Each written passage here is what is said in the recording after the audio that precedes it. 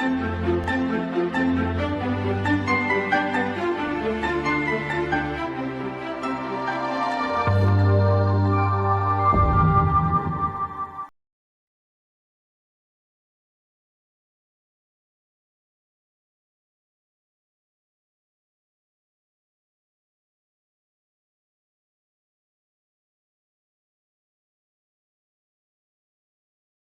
শিক্ষার্থী, আজকের এই আলোচনায় আপনাদের স্বাগত জানাই।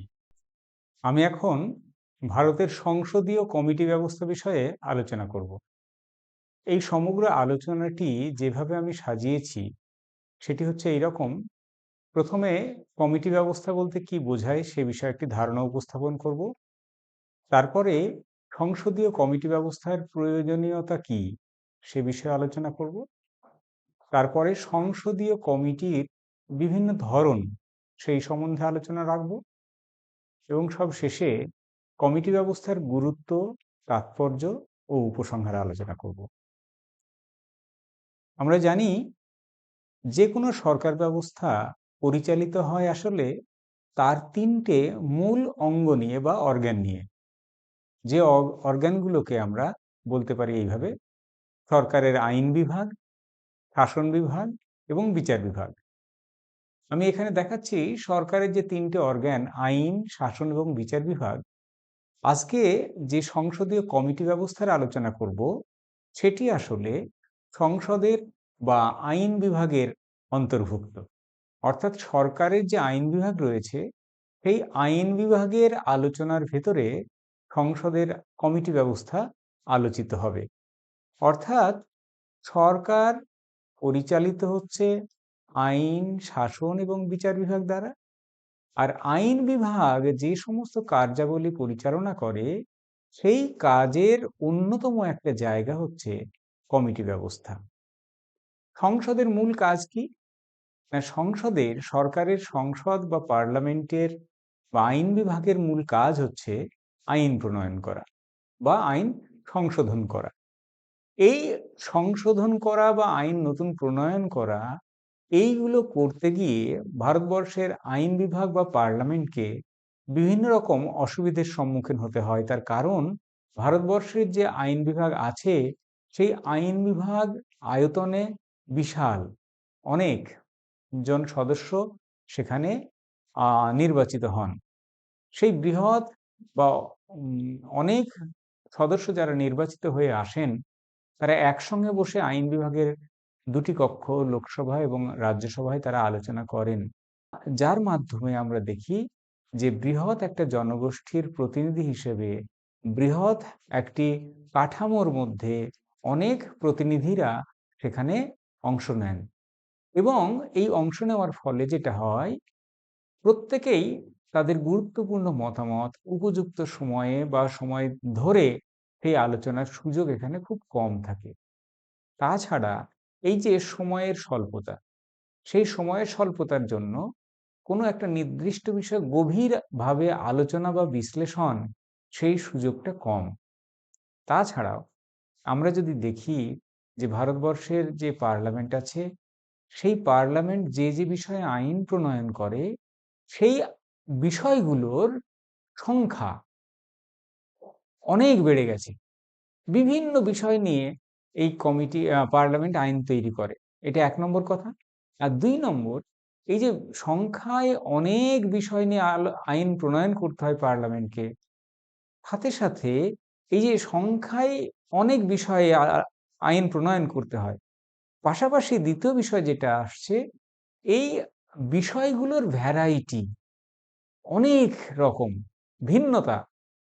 অর্থনৈতিক আইন যেমন আছে, সেই সঙ্গে সামাজিক, রাজনৈতিক, প্রযুক্তিগত, আন্তর্জাতিক, জাতীয় অনেকগুলো বিষয় সেই আলোচনার মধ্যে থাকে। অর্থাৎ আইন প্রণয়নের ক্ষেত্রে আইনের সংখ্যা যেমন বাড়ছে দিনে দিনে, তেমনি এই আইনের বৈচিত্র্যও বেড়ে যাচ্ছে অনেক অংশে। সুতরাং এই যে একদিকে আইনের সংখ্যা, অন্যদিকে আইনের বৈচিত্র্য, এটা প্রয়োজন। আর দ্বিতীয়ত, number of member of parliament, এতজন সদস্য সেখানে উপস্থিত হন আইন প্রণয়নের জন্য, প্রত্যেককে হয়তো সঠিকভাবে উপযুক্ত সময়ও দেওয়া সম্ভব হয়ে ওঠে না। এই একটা বাস্তবতা মাথায় রেখেই ভারতবর্ষের পার্লামেন্ট তার কার্যবিধির অনুযায়ী বা কার্যবিধির অভ্যন্তরেই কতগুলো ছোট ছোট কমিটি ব্যবস্থা গঠনের সুযোগ সেখানে রাখা হয়েছে। অর্থাৎ কমিটি ব্যবস্থার কি বা কমিটি ব্যবস্থা আসলে কি জিনিস, সেটা বলতে গেলে সহজে আমরা এইভাবে বলতে পারি যে সংসদের কাছে তার কাজের সময় সীমিত, তুলনায় তার নাম্বার অফ মেম্বার্স, এত জন মেম্বার সেখানে আসেন, তাদের প্রত্যেককে বলার সুযোগ কম সময়ের তুলনায়। এবং আধুনিক যুগের সংসদ প্রকৃতিগতভাবে বিভিন্ন ধরনের আইন প্রণয়ন করে এবং তাদের সংখ্যাটাও বিশাল। এই কারণেই ভারতবর্ষের সংসদে, রাজ্যসভা বলি বা লোকসভা বলি, সেখানে কতগুলো কমিটি ব্যবস্থা বা কমিটি তৈরি করার একটা অপশন বা সুযোগ আছে। এই কমিটিগুলো কি করে না, সংসদের যে বিশাল কার্যক্রম, সেই কার্যক্রমগুলোকে সুন্দরভাবে একটি গভীর পর্যালোচনামূলক আলোচনা বিশ্লেষণ করে একটা সাজেশন বা পরামর্শ সে দিতে পারে। এই জন্যই সংসদের কমিটি ব্যবস্থার উপস্থাপনা। অর্থাৎ সংসদ বৃহৎ একটা বডি, সেই বডি সংখ্যা এবং বৈচিত্র্যের বিচারে বেশি আইন প্রণয়ন করতে হয়, তাতে বিভিন্ন রকম অসুবিধে, সেই অসুবিধা দূর করবার জন্যই সংসদে কমিটির একটা ব্যবস্থা রাখা হয়েছে। সহজ কথায় এই কমিটি ব্যবস্থা কি আমি বললাম, এবার আমি বলি কমিটি ব্যবস্থা প্রয়োজন কেন। কমিটি ব্যবস্থা কেন প্রয়োজন তার উত্তরে আমরা বলতে পারি, একটু আগে যে কথাগুলো বললাম তার রেশ ধরে বলি। সংসদীয় কমিটিগুলি সংসদীয় ব্যবস্থার অভ্যন্তরে একটি গুরুত্বপূর্ণ ভূমিকা পালন করে।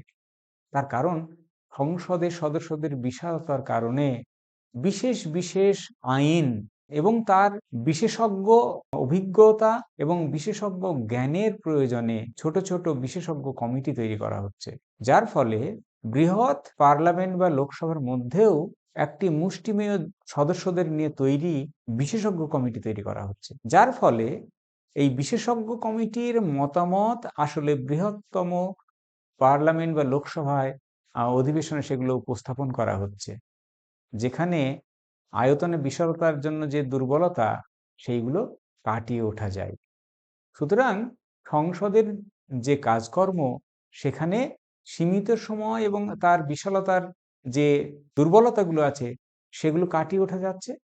আর দ্বিতীয় কারণ আমরা দেখাতে পারি যে সংসদ আসলে শাসন বিভাগের কাজের উপরে একটা নজরদারি চালাতে পারে এই কমিটি দিয়ে। তার কারণ সংসদীয় শাসন ব্যবস্থার নিয়ম নীতি অনুযায়ী আসলে আইন বিভাগের উপরেই নির্ভরশীল থাকতে হয় শাসন বিভাগকে।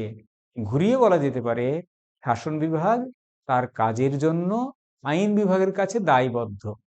আর এই দায়বদ্ধতা পর্যালোচনা করা বা দেখভালের দায়িত্ব আইন বিভাগের হলেও আইন বিভাগ সবসময় সেটি করে উঠতে পারে না।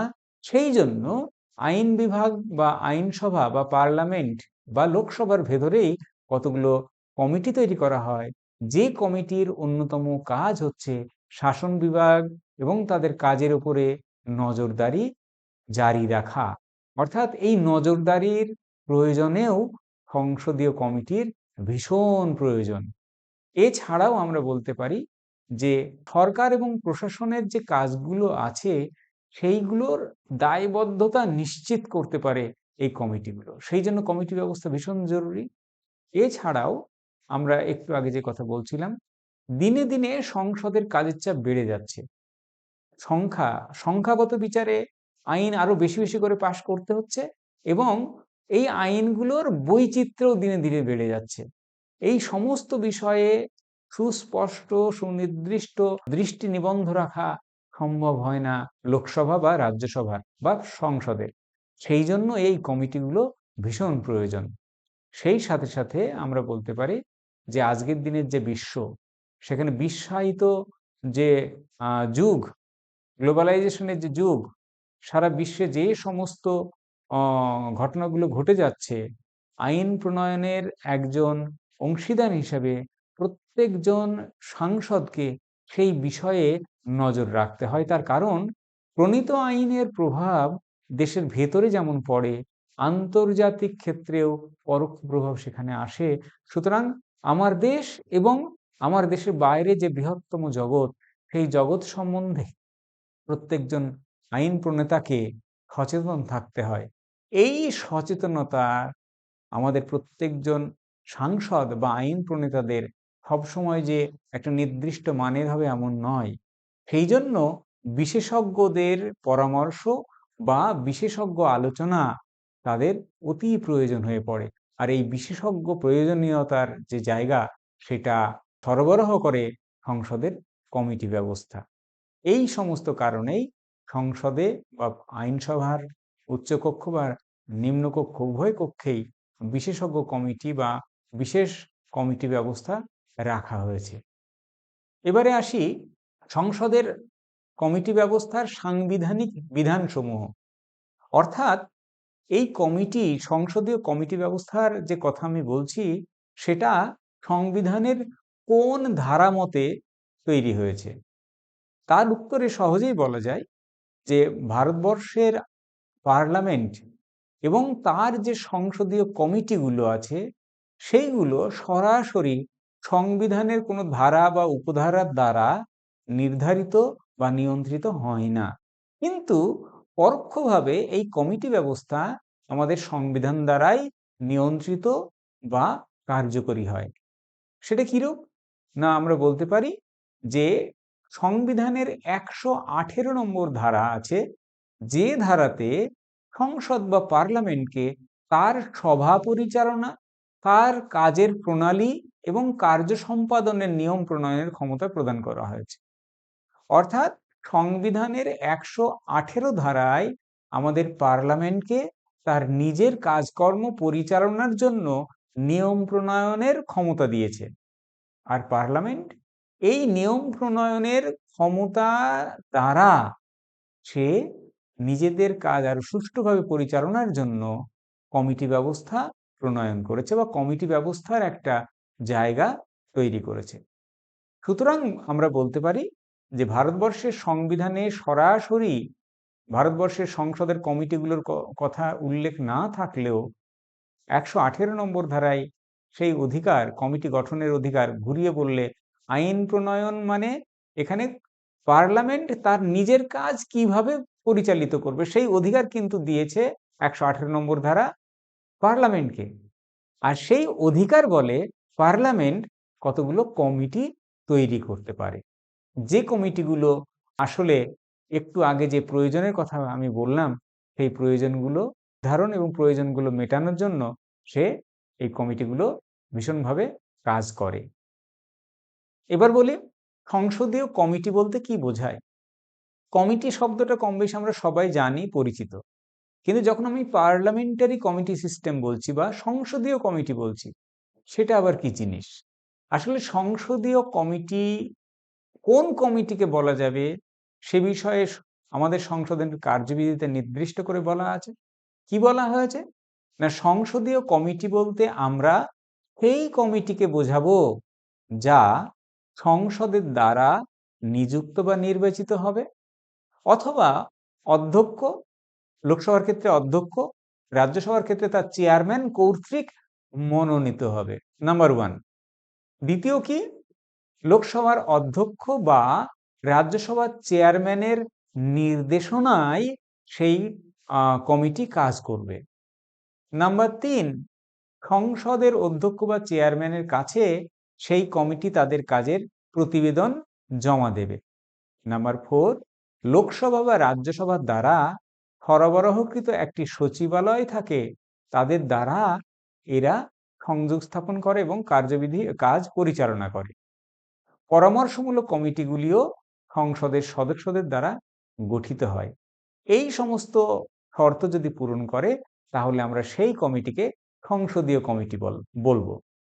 এবারে আসি টাইপস অফ কমিটিস, বা এই সংসদীয় কমিটির কত রকমের হয় বা ধরন সংসদীয় কমিটির ধরনগুলি কি?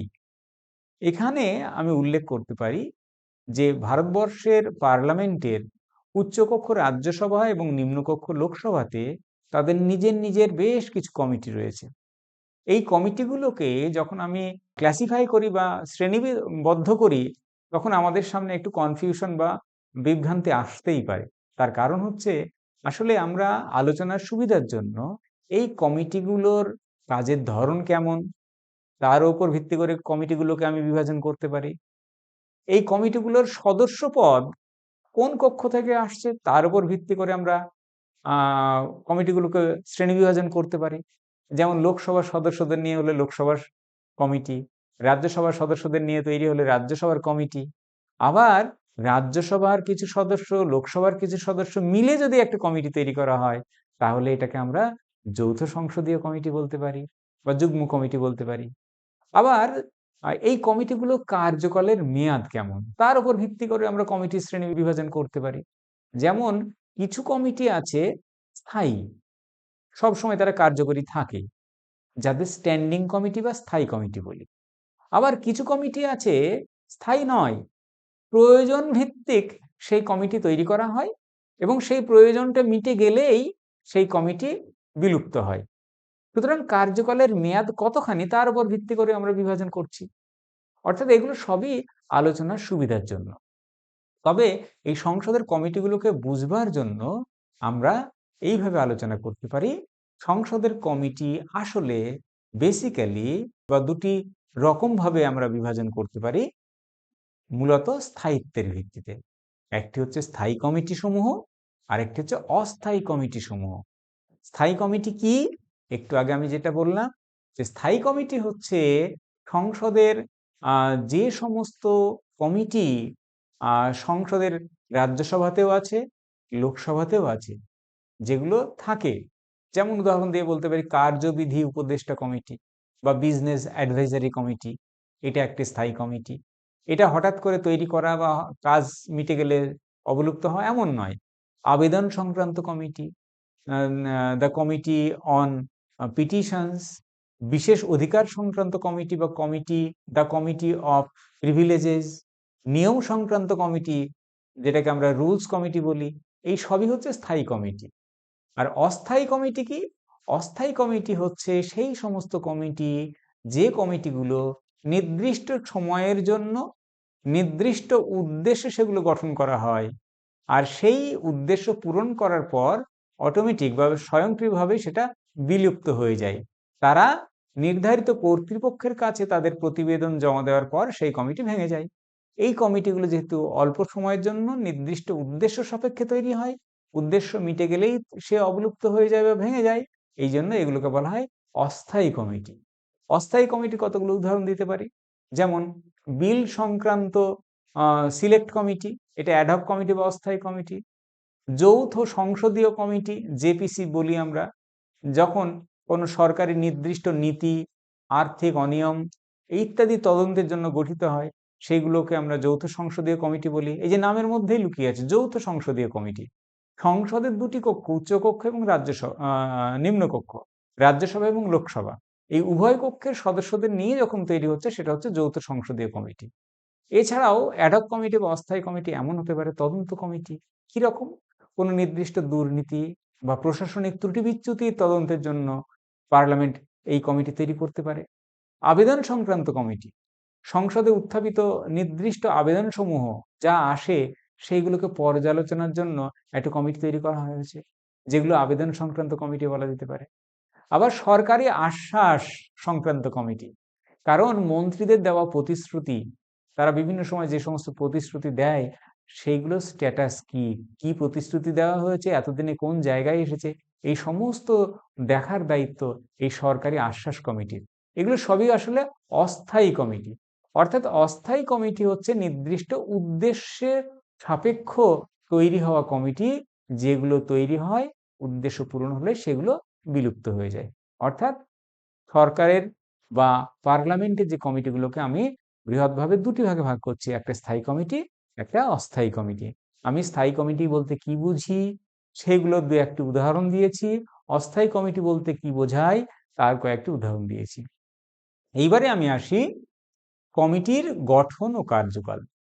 আমাদের ভারতবর্ষের সংসদের উচ্চকক্ষ এবং নিম্নকক্ষ উভয় কক্ষেই তাদের নিজস্ব কিছু কমিটি ব্যবস্থা আছে। এই কমিটিগুলোর গঠন এবং তাদের কার্যকাল ভিন্নধর্মী। বিভিন্ন রকম নাম্বার অফ মেম্বার সেটা ভিন্ন হতে পারে, তাদের কার্যকালের মেয়াদ ভিন্ন হতে পারে। তবে মোটামুটিভাবে আমরা একটা গড় পড়তা, একটা হিসেব আমরা বলতে পারি যে প্রতিটি কমিটিতে সাধারণত 15 থেকে 30 জন সদস্য নিয়ে গঠিত হয়। প্রতিটি কমিটি আসলে গঠিত হয় 15 থেকে 30 জনের সদস্য নিয়ে। লোকসভা স্পিকার অথবা রাজ্যসভার ক্ষেত্রে তার চেয়ারম্যান এই কমিটির চেয়ারম্যান যারা সদস্য হবেন তাদের মনোনীত করে থাকেন। আর কমিটির কার্যকালের মেয়াদ আসলে কমিটির ধরন অনুসারে নির্ধারিত হয়। যদি স্থায়ী কমিটি হয় তাহলে নরমালি সেটা 1 বছর, নরমালি সাধারণত ওটা 1 বছর পর্যন্ত কার্যকরী থাকে। তারপর নতুন সদস্য আবার সেই কমিটিতে আসতে পারে। অস্থায়ী কমিটির ক্ষেত্রে এই যে আমি বললাম 1 বছর, সেটা কিন্তু নির্দিষ্ট নয়। তার আগেও হতে পারে, তার পরেও হতে পারে। অর্থাৎ এই অস্থায়ী কমিটি যে উদ্দেশ্যে বা যে কাজে তৈরি করা হলো সেই উদ্দেশ্য পূরণ হয়ে গেলেই সেটা 3 মাসেই মিটে যেতে পারে, 4 মাসে মিটে যেতে পারে। অর্থাৎ উদ্দেশ্য মিটে গেলেই সেই কমিটি বিলুপ্ত হয়ে যায়। এবং প্রতিটি কমিটিতে রাজনৈতিক দলের সদস্যদের অন্তর্ভুক্ত করা হয় এবং চেষ্টা করা হয় যে সরকারি দল এবং বিরোধী দল উভয়ের প্রতিনিধিত্ব যেন সেই কমিটিতে থাকে। এইগুলো মোটামুটি সাধারণ নিয়ম নীতি যে আমাদের কমিটি কিভাবে তৈরি হবে, কাদের নিয়ে তৈরি হবে। এবারে আমি আসি সংসদীয় কমিটিগুলির কার্যাবলী বিষয়ে। আমি যে কমিটিগুলোর কথা বললাম সেইগুলির বিস্তৃত কিছু নাম আমি একটু পরেই বলবো। তার আগে বলি এই সংসদের যে কমিটিগুলো তৈরি হলো তাদের কাজগুলো আসলে কি। প্রথম কথা হচ্ছে সংসদে যে সমস্ত বিল, যাকে আইনের খসড়া বলি, বিল বা নীতিমালা উত্থাপিত হয় তার যথোপযুক্ত পর্যালোচনা করার কাজ বা দায়িত্ব হচ্ছে কমিটিগুলির। তার কারণ আমরা জানি যখন কোনো আইনের খসড়া আইনসভাতে উত্থাপিত হয় সেই আইনের খসড়ার কার্যকর দিক কি আছে। এই যে যখন কোনো একটা বিল উত্থাপিত হলো সেই বিলটি গভীরভাবে পর্যালোচনা করতে হয় এই কমিটিকে। কারণ হচ্ছে সেই যে আইন বিল উত্থাপিত হলো সেই ধরনের কোনো আইন ইতিমধ্যে বা বর্তমান কার্যকর আছে কিনা সেটা দেখতে হয়। যে আইনটি উত্থাপিত হলো বা বিল উত্থাপিত হলো সেটি যদি আইনে রূপান্তরিত হয় বা পরিণত হয় তাহলে সেই আইন দ্বারা বৃহত্তর জনসমাজের কোন কোন অংশের সুবিধা হবে, কি সুবিধা হবে, কতখানি অসুবিধেও হতে পারে সেই আইনের দ্বারা। অর্থাৎ এই নতুন আইন যখন পরিণত হবে বিলটি, সেই আইনের ফলে কারা সাহায্য পাবে বা উপকারে লাগবে, বা এই আইন দ্বারা কাদের ক্ষতি হতে পারে, জনমানুষ এই আইনের প্রভাব কতখানি হবে, শর্ট টার্ম বা লং টার্ম প্রভাব সমাজে কতখানি আসবে, এই সম্পূর্ণ বিষয়গুলো বিলের নীতিমালা পর্যালোচনার ক্ষেত্রে সংসদীয় কমিটি বিশেষভাবে পর্যালোচনা করে। শুধু তাই নয়, যখন কোনো একটি বিল সংসদের কমিটির কাছে কমিটি পর্যায়ে যায়, অর্থাৎ কমিটি পর্যায়ে যাওয়ার অর্থ হচ্ছে সংসদ, লোকসভা বা রাজ্যসভা সরাসরি সেটি আলোচনা করে না করে তারা বলতে পারে যে এই বিলের সাথে কতগুলো খুব বিশেষ গুরুত্বপূর্ণ বিষয় যুক্ত, সেই জন্য এটাকে সময় নিয়ে গভীর ভাবে পর্যালোচনা দরকার, সেই জন্য স্ট্যান্ডিং কমিটিতে পাঠানো হোক। এই সিদ্ধান্ত যদি হয় তাহলে সেই বিলটি কমিটিতে চলে যায়। কমিটি সেই নির্দিষ্ট সদস্যদের নিয়ে তৈরি হবে কমিটি এবং সেই কমিটি সেই বিলের পুঙ্খানুপুঙ্খ বিশ্লেষণ করবে। প্রয়োজনে জনগণের সঙ্গে সাক্ষাৎ করবে, তাদের মতামত গ্রহণ করবে এবং যদি প্রয়োজন মনে করে বৃহত্তর জনগণ এই বিল সম্বন্ধে কি ভাবছে তার চেষ্টাও তারা করতে পারে। এইভাবে তারা ঠান্ডা মাথায় সময় নিয়ে বিলের প্রতিটি ধারা উপধারা পুঙ্খানুপুঙ্খভাবে বিশ্লেষণ করে তারা তাদের পর্যালোচনা রিপোর্ট আইনসভার কাছে সুপারিশ আকারে পেশ করতে পারে।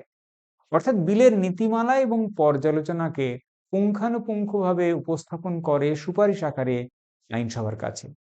দ্বিতীয় আমি বলবো সরকারি সংসদীয় কমিটিগুলোর কাজ সরকারি ব্যয় পর্যালোচনা। আমরা জানি আমাদের দেশের বা আমাদের দেশের মতো প্রত্যেকটি দেশের যে আর্থিক আয় ব্যয় সেটি আইনসভা দ্বারা নির্ধারিত এবং পাশ হওয়া দরকার। ভারতবর্ষেও সারা বছরের আয় ব্যয়ের হিসেব, বাজেট যাকে বলি, সেটা সংসদে উত্থাপন করা হয়, সংসদে সেটি পাশ হয় এবং সেটি কার্যকর হয়। এক কথায় দেশের আয় এবং ব্যয় তার বিশ্লেষণের দায়িত্ব হচ্ছে পার্লামেন্টের। কিন্তু এই যে আয় ব্যয়ের নিখুঁত, জরুরি এবং পুঙ্খানুপুঙ্খ বিশ্লেষণ পার্লামেন্টের ওই স্বল্প সময়ের অধিবেশনে সম্ভব হয় না। সেই জন্য বিশেষ কমিটির কাছে এই বাজেট সংক্রান্ত বিষয়গুলো আরো পুঙ্খানুপুঙ্খভাবে সেখানে বিচার বিশ্লেষণ করা হয় এবং তাদের বিশ্লেষণের পরে একটি সুপারিশ আইনসভার কাছে আসে, যাতে করে আমাদের অতিরিক্ত ব্যয় যেন জাতি বা দেশের না হয়। আমাদের দেশ যে খাতে যত টাকা বরাদ্দ করছে বাজেটে, সেই টাকাটা কত সুন্দরভাবে ব্যবহার করা যেতে পারে, যাতে করে সেই বাজেটে ধার্য ব্যয় যেন খরচ না হয়ে যায় এবং সেই খরচটি যথাযথভাবে হয়, সেইগুলোর বিচার বিশ্লেষণও আমাদের সরকারি ব্যয় পর্যালোচনার দায়িত্বের মধ্যেই পড়ে কমিটিগুলির। এছাড়াও আছে প্রশাসনের জবাবদিহিতা নিশ্চিত করা। আমি শুরুতে বলছিলাম ভারতবর্ষ সংসদীয় গণতন্ত্রের দেশ। এই সংসদীয় শাসন ব্যবস্থার অন্যতম লক্ষণ বা বৈশিষ্ট্যই হচ্ছে এইখানে আইন বিভাগের কাছে শাসন বিভাগ তাদের কাজের জন্য দায়বদ্ধ থাকেন, যার অর্থ শাসন বিভাগ, মন্ত্রী, তারা যে কাজগুলো করছেন সেই কৃতকর্মের জন্য তারা আইন বিভাগের কাছে দায়বদ্ধ থাকবেন। আর এই আইন বিভাগের যে দায়বদ্ধতাকরণ নিশ্চিত করার দায়িত্ব হচ্ছে আইন বিভাগের এই কমিটিগুলোর উপরে। কারণ কমিটিগুলোই আসলে নির্দিষ্ট বিষয়ভিত্তিক যে কমিটি, সেই কমিটিগুলি শাসন বিভাগের মন্ত্রী, প্রধানমন্ত্রী বা শাসন বিভাগ এক কথায় তাদের কাজের একটি মূল্যায়ন করেন এবং তার ভিত্তিতেই আইনসভা কিন্তু মন্ত্রীদের বা শাসন বিভাগকে নিয়ন্ত্রণে বিভিন্ন পদক্ষেপ গ্রহণ করতে পারে। এছাড়াও আমরা বলবো কমিটিগুলো আসলে তদন্ত পরিচালনাও করে, কারণ জাতীয় গুরুত্বপূর্ণ ইস্যু, দুর্নীতি প্রভৃতি বিষয়ে আমাদের পার্লামেন্টারি তদন্ত কমিটি রয়েছে, যারা সংসদের হয়ে এই কমিটিগুলো জাতীয় গুরুত্বপূর্ণ বিষয়, মর্যাদা, জাতির অর্থনৈতিক ক্ষতি, এগুলো রোধ করবার জন্য যদি কোনো দুর্নীতি সংক্রান্ত বিষয় ঘটে থাকে, সেই দুর্নীতি সংক্রান্ত বিষয়ে তদন্ত করারও দায় তাদের। এরপরে আসি বিশেষজ্ঞ মতামত প্রদান। তার কারণ আমি শুরুতে প্রয়োজনের সময় আমি উল্লেখ করেছিলাম যে আইন প্রণয়ন একটি জটিল বিষয়।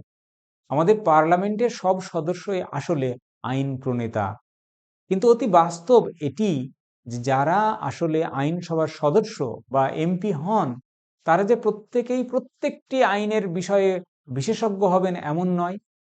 কোনো একজন সমাজবিজ্ঞানের অধ্যাপক হয়তো এমপি হয়েছেন, তাকে যদি পরমাণু বিষয়ে আইন প্রণয়নে তার দায়িত্ব পড়ে, তিনি নিশ্চয় একজন পরমাণু বিশেষজ্ঞ যেভাবে এই আইনটি প্রণয়ন করবেন তিনি সেটা পারবেন না, বা উল্টোটাও হতে পারে। অর্থাৎ আইন বিভাগের কাজ হচ্ছে আইন প্রণয়ন করা, আর আইন প্রণয়নের অংশীদার কারা? এমপি বা সাংসদরা, যারা এমপি আমাদের ভোটে নির্বাচিত হন। আর প্রত্যেকের জ্ঞান বিশেষজ্ঞতা বিভিন্ন দিকে, আর এই বিভিন্ন দিকে থাকার জন্যই আইনসভায় যখন কোনো একটা বিল উত্থাপন হয়, তখন সেই বিষয়ে যারা বিশেষজ্ঞ তাদের নিয়ে একটি বিশেষজ্ঞ কমিটি বা স্ট্যান্ডিং কমিটি বা সিলেক্ট কমিটি তৈরি হতেই পারে, যারা সেই বিষয়ে গভীরভাবে বিশেষজ্ঞের মতামত প্রদান করবে। যার ফলে ভারতবর্ষের পার্লামেন্টের যে মূল কাজ আইন প্রণয়ন করা, সেটি আরো সুন্দর, সুদক্ষ এবং নিপুণভাবে পরিচালিত হবে। এবারে আসি ভারতবর্ষের ভারতবর্ষের পার্লামেন্টের যে কমিটিগুলো আছে তার কত রকমের হতে পারে সেই বিষয়ে আমি একটু দেখানোর চেষ্টা করছি। যে হাজারো রকম কমিটি আছে, আমি একটু আগে বলছিলাম বিভিন্ন রকম কমিটিগুলোকে তাদের কাজের ধরন, সদস্যদের সদস্যপদ, সময় ইত্যাদি ভিত্তিতে ভাগ করা যেতে পারে। আমি এবার সেই কমিটিগুলোকে বিস্তৃতভাবে যদি এক জায়গায় রাখার চেষ্টা করি, তাহলে এইভাবে ভাগ করা যেতে পারে। কতগুলো কমিটির কাজ আসলে অর্থনৈতিক বিষয় সংক্রান্ত, সেগুলোকে ফিনান্সিয়াল কমিটিজ বলতে পারি। আবার কতগুলো কমিটি, শাসন বিভাগের কতগুলো ডিপার্টমেন্ট রিলেটেড কমিটি, অর্থাৎ ডিপার্টমেন্টালি রিলেটেড স্ট্যান্ডিং কমিটি, তাদের আবার একটা লিস্ট আমি একটু পরেই দেখাবো। আবার others parliamentary standing committee. Standing committee একদিকে ডিপার্টমেন্টালি রিলেটেড স্ট্যান্ডিং কমিটি, আবার ডিপার্টমেন্টের সঙ্গে রিলেটেড নয় এমন কিছু আদার্স স্ট্যান্ডিং কমিটি আছে বা স্থায়ী কমিটি আছে। এছাড়াও কিছু অ্যাডহক কমিটি আছে, যেগুলো আমি পূর্বেই আলোচনা করেছি। এখানে আমি দেখানোর চেষ্টা করছি সংসদের বিভিন্ন সংসদীয় কমিটি, ফিনান্সিয়াল কমিটি, যেমন estimate committee, public accounts committee, এগুলো হচ্ছে ফিনান্সিয়াল কমিটি। এবার ডিপার্টমেন্টালি রিলেটেড এই ধরনের কমিটিগুলো হচ্ছে ডিপার্টমেন্টালি রিলেটেড। আবার অন্যদিকে আদার স্ট্যান্ডিং কমিটির মধ্যে আমি রাখতে পারি বিজনেস অ্যাডভাইজারি কমিটি, হ্যাঁ, কমিটি অন প্রিভিলেজ, এই কমিটিগুলো হচ্ছে আদার্স স্ট্যান্ডিং কমিটির মধ্যে আসবে। এবার এখানে ডিপার্টমেন্টাল রিলেটেড যে স্ট্যান্ডিং কমিটির কথা বললাম, 1993 সালে একটি বিধির একটা পরিবর্তন হয়েছে, যেখানে বলা হয়েছে যে 17টি সম্পূর্ণ বিভাগীয় স্থায়ী কমিটি আছে বা গঠিত হবে, যা সমস্ত কেন্দ্রীয় মন্ত্রক বা বিভাগের উপরে নজরদারি করে। কিন্তু এটা 1993 বিধি।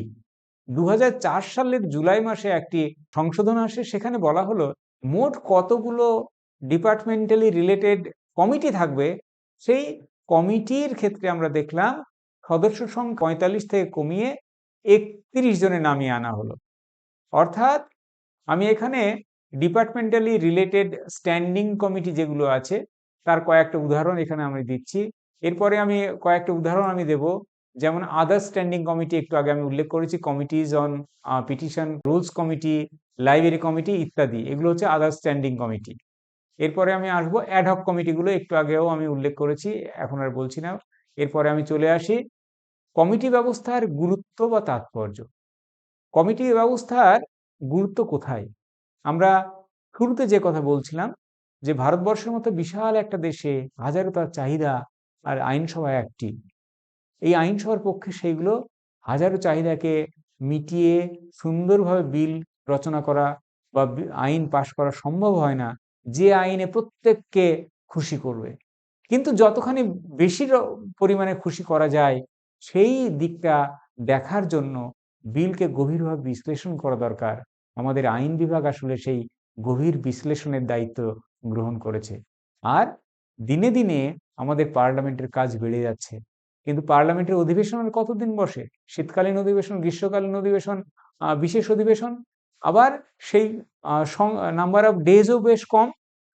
তার থেকে আরো বড় কথা, আমাদের মাননীয় সাংসদরা তাদের ভিন্ন মতের কারণে কার্যকরী আলোচনা, তার তুলনায় তাদের মধ্যে ডিবেট, তর্ক বিতর্ক চলতেই থাকে। ফলে জনগণের দাবি কতখানি নিশ্চিত হলো সে বিষয়ে একটা অনিশ্চয়তা থেকে যায়। আমাদের কমিটিগুলো সেইগুলোকে দূর করে ঠান্ডা মাথায় একটা জনগণের দাবি বা চাহিদা এবং আইনগত যে টেকনিক্যাল দিকগুলো সেগুলো পর্যালোচনা করে এবং আইনকে একটা সুন্দর নির্ভুল পুঙ্খানুপুঙ্খ বিচার করে জনগণের চাহিদার সাথে সাযুজ্য রেখে বিশেষজ্ঞ মতামতের ভিত্তিতে সেই আইনটা প্রণয়নে তারা সাহায্য করে। আর গণতন্ত্র এবং জনগণের সঙ্গে এই কমিটিগুলো আসলে সম্পর্ক জোরদার করে। কারণ গণতন্ত্র মানে জনগণের শাসন। জনগণ ভোট দিয়ে এমপিদের নির্বাচন করে দিয়েছেন, কিন্তু এমপিরা যে আলোচনা করছে সেখানে সুযোগ কম, অধিবেশন কম সময় হয়, অনেক সদস্য তারা বলার সুযোগ পান না। কিন্তু এই বিশেষজ্ঞ কমিটি প্রয়োজন ভিত্তিক যে কমিটি, যে আইন, যে বিল আসছে সেই বিলের সঙ্গে যুক্ত মানুষজনদের সঙ্গে তারা প্রয়োজনে কথা বলতে পারেন। সমঝোতা বা ঐক্যমত্য, কারণ আমরা জানি পার্লামেন্টের সদস্যরা পার্লামেন্টের ভেতরে যখন পর্যালোচনা বা তর্ক বিতর্ক করেন, তখন কিন্তু রাজনৈতিক পরিচিতিটাই প্রাধান্য পায়। কিন্তু কমিটিতে যে সদস্যরা আলোচনা করেন সেখানে কিন্তু রাজনৈতিক পরিস্থিতির বাইরেও বিশেষজ্ঞ, আমরা একই কাজের জন্য এখানে নিযুক্ত হয়েছি, এই বোধটা ভীষণভাবে কার্যকরী ভূমিকা পালন করে। এবং এখানে ভিন্ন দলের থাকলেও উদ্দেশ্য এক, তাদের একটা সহমত বা ঐক্যমত্য ভিত্তিক একটা সিদ্ধান্ত তারা নিতে পারে এবং নীতির বাস্তবায়ন করার ক্ষেত্রে তাদের এই যে পর্যবেক্ষণ, সেটা একটা ইতিবাচক ভূমিকা গ্রহণ করতে পারে। এছাড়াও আমি বলতে পারি সংসদীয় কমিটিগুলি আসলে এমপিদের বিষয় বিশেষজ্ঞের পরামর্শ দিতে পারে, কারণ সকল এমপি সমস্ত বিষয়ে তারা দক্ষ নন। সেই দক্ষতার ক্ষেত্রে যে দুর্বলতা থাকে সেই জায়গাগুলোকে কিন্তু ওভারকাম করে এই কমিটিগুলো। বিলের বিশেষ পর্যালোচনার মাধ্যম হিসাবে কমিটিগুলো কাজ করে। বিশেষ পর্যালোচনা মানে কি? মানে যখন বিলগুলো কমিটির কাছে যায় তখন সেগুলোকে গভীর পর্যালোচনা করা হয়। আমি একটু আগেই বলেছিলাম যে এই বিলের সঙ্গে যুক্ত যে সমস্ত সাধারণ নাগরিক আছে তাদেরও মত নেওয়া হয় এখানে, অর্থাৎ বিলকে গভীর পর্যালোচনা করা হচ্ছে। এরপরে আমি বলবো যে আসলে কমিটিগুলো একটা ছোট্ট সংসদের ভূমিকা পালন করে। সংসদ বিশাল, 500 550 লোকসভায় সদস্য, তার মধ্যে তো এখানে 10-15 জন একটা ছোট্ট বডি তৈরি হয়। কিন্তু এই বডি আসলে বিভিন্ন মত, বিভিন্ন রাজনৈতিক দলের প্রতিনিধিত্ব এখানে থাকে এবং তারা সেই ভিন্ন রকমের একটি পার্লামেন্ট, ছোট্ট আকারে ছোট্ট পার্লামেন্ট, কিন্তু পার্লামেন্টে যেমন ভিন্ন মতের প্রতিনিধিত্ব থাকে, আমাদের সংসদীয় কমিটিতেও সেই ভিন্ন মতের প্রাধান্য অন্তর্ভুক্তি এখানে থাকে, যার ফলে তারা ছোট্ট পার্লামেন্ট হিসেবে তারা কাজ করতে পারে। শেষে বলবো বিধানিক বিশেষজ্ঞতা প্রদান। বিধানিক বিশেষজ্ঞতা কি? না, সংবিধান, বিধি, আইন যা আছে তার কতগুলো টেকনিক্যাল দিক থাকে, সেইগুলো সব এমপি যে সহজভাবে বুঝবেন এমন নয়। সেই টেকনিক্যাল বিষয়গুলোকে আমাদের এই কমিটিগুলো ওভারকাম করে বা আলোচনা করতে পারে। আর সরকারের ওপর নজরদারি, আমি একটু আগে বলছিলাম যে কমিটিগুলো আসলে শাসন বিভাগের কাজের ওপরে তারা নজরদারি করে। শাসন বিভাগ কি কাজ করেছে এতদিন পর্যন্ত, কিভাবে করেছে, সরকারি উদ্দেশ্য নীতিগুলো কিভাবে প্রতিফলিত হয়েছে তাদের কাজে, আমাদের বাজেট বা আয় ব্যয়ের হিসেব তারা কতখানি নিপুণভাবে সম্পন্ন করতে পেরেছে, সে বিষয়টিও তারা দেখে। এবং সব শেষে আমি বলবো যে আমাদের কমিটি আসলে পার্লামেন্টের কাজগুলোকে করে, কিন্তু কিভাবে করে? চাপ মুক্ত হিসেবে নিশ্চিন্তভাবে তারা কাজ করতে পারে। তার কারণ পার্লামেন্টে যখন আলোচনা হয় সেগুলো বাইরে মিডিয়ায় চলে যায়, জনগণের চাপ থাকে, বিরোধী দলের চাপ থাকে। কিন্তু এই কমিটি যখন কাজ করে তখন রুদ্ধদ্বার, 10-15 জন মানুষ রুদ্ধদ্বার বৈঠকে গভীরভাবে আত্মনিয়োগ করে কোনো একটা নির্দিষ্ট উদ্দেশ্যে এবং পুঙ্খানুপুঙ্খভাবে তথ্য বিশ্লেষণ করে তারা সিদ্ধান্ত নিতে পারে। এবং এই সিদ্ধান্ত নেওয়ার ক্ষেত্রে বাইরের কোনো চাপ কিন্তু তখন কার্যকর সেই অর্থে থাকে না। এইভাবে আমাদের ভারতবর্ষের পার্লামেন্ট এবং তার যে কমিটিগুলো আমরা দেখি, সেই কমিটিগুলো নিখুঁতভাবে ভারতবর্ষের আইন বিভাগের কার্য প্রক্রিয়াকে সুন্দরভাবে বাস্তবায়নের জন্য সাহায্য করছে। এবং আইনের যে বিভিন্ন দিক, সরকারি প্রশাসনের যে কাজের পর্যালোচনা এবং কার্যনির্বাহী বা শাসন বিভাগের উপর একটা নিয়ন্ত্রণের কাজ, এইগুলো তারা করে যাচ্ছেন। এবং সাথে সাথে দ্রুত সিদ্ধান্ত গ্রহণ করার জন্য যে সমস্ত ভুল ত্রুটি হয়ে যায় সেইগুলোকে দূর করে একটা আইন প্রণয়নের প্রক্রিয়াকে সুন্দর করে গড়ে তোলে বা সাহায্য করে আমাদের এই কমিটি ব্যবস্থা। এছাড়া অবশ্যই আমাদের মনে রাখতে হবে যে আমাদের ভারতবর্ষের মতো দেশ, যেখানে সম্পদ সীমিত কিন্তু জনসংখ্যা এবং তাদের চাহিদা দিনে দিনে বাড়ছে। সুতরাং আমরা কিভাবে এই সীমিত সম্পদকে জনগণের কাজে আরো উপযুক্তভাবে ব্যবহার করতে পারি, তার জন্য দরকার দক্ষ আইন এবং তার বাস্তবায়ন। এই দক্ষ আইন প্রণয়ন এবং তার বাস্তবায়নের দিকটা আসলে সুন্দরভাবে নিয়ন্ত্রিত করে, পরিচালনা করে আমাদের সংসদীয় কমিটি ব্যবস্থা, যার উপর ভিত্তি করে সংসদও নিজে সুন্দরভাবে জনগণের জন্য, গণতন্ত্রের জন্য আইন প্রণয়ন করতে সমর্থ হয়। ধন্যবাদ।